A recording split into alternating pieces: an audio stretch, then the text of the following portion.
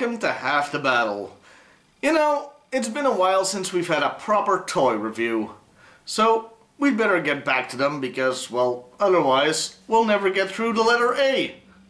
Get me out of here! Sorry, Zartan.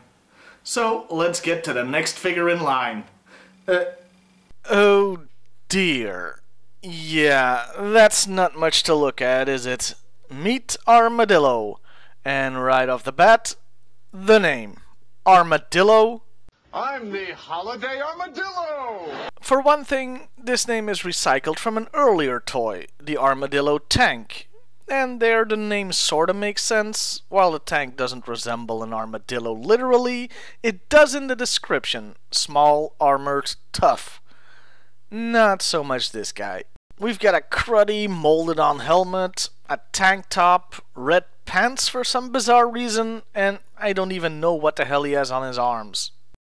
His file card at least gives him some personality, though not a very pleasant one. The file card states that he's the most reliable driver the Joes have.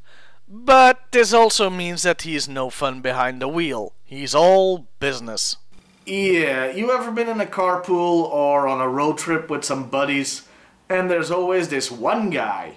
When it's his turn to drive, he doesn't listen to anything on the radio except traffic reports, he doesn't make small talk, and he completely forbids Nerf wars in the car. Yeah, he's that guy. But let's face it, nobody bought this figure. They bought the thing that he came with. This! Every year, the G.I. Joe toy line came out with at least one huge toy. You had the USS Flag one year, the Terrordrome the next, and 1988 brought us the Rolling Thunder. Oh, where to start with this thing? Well, it looks pretty awesome, and it has a lot of play value. And for such a large vehicle, it rolls very well, thanks to the large wheels. Well, I suppose they had to make it roll pretty good, considering the name.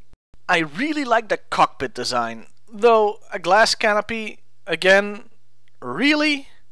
With these things you just have to pretend it's some super strong bullet resistant transparent aluminum or something. It has lots of places for figures to sit and shoot large guns. What more could you possibly ask of a G.I. Joe toy?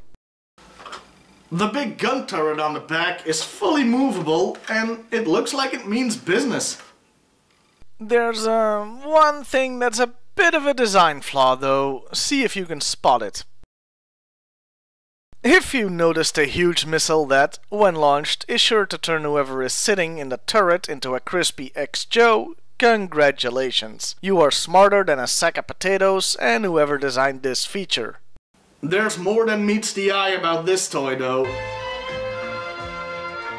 No, it doesn't turn into a giant robot, I freaking wish, but it does open up.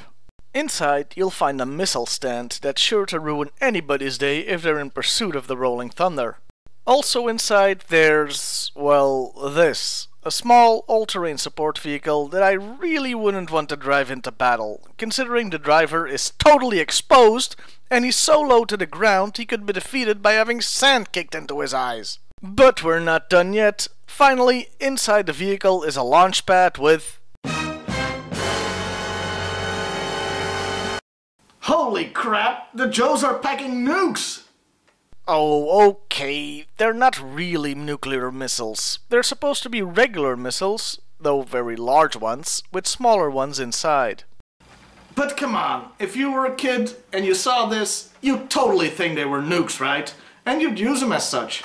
In any case, these bad boys would vaporize whatever the hell Cobra had this time. Probably another castle.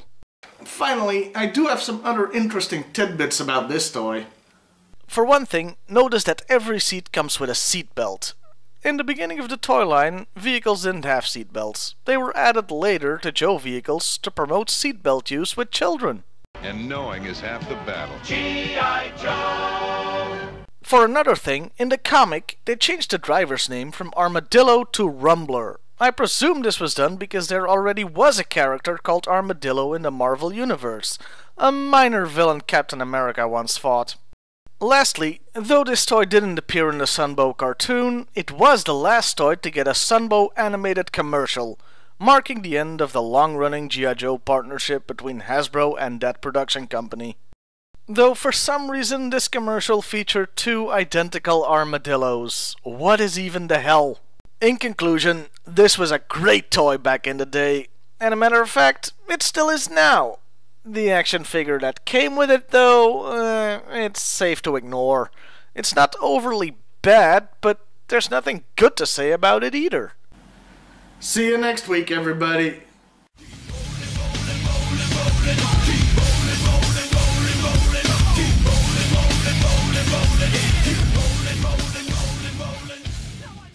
And your bollocks did up good, you did. By the way my camera's set up, I have to hold this thing in my hand so you can see it. And this is getting heavy. Yeah, you ever been in a carpool or on a trip with some buddy? Jesus.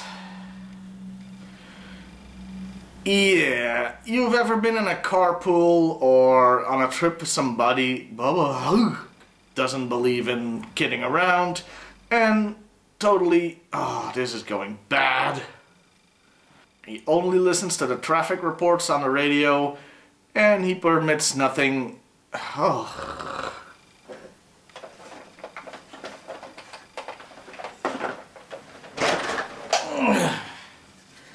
And we're still filming.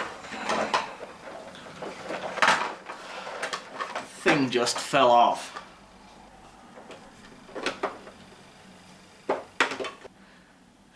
Now I can finally put this thing down.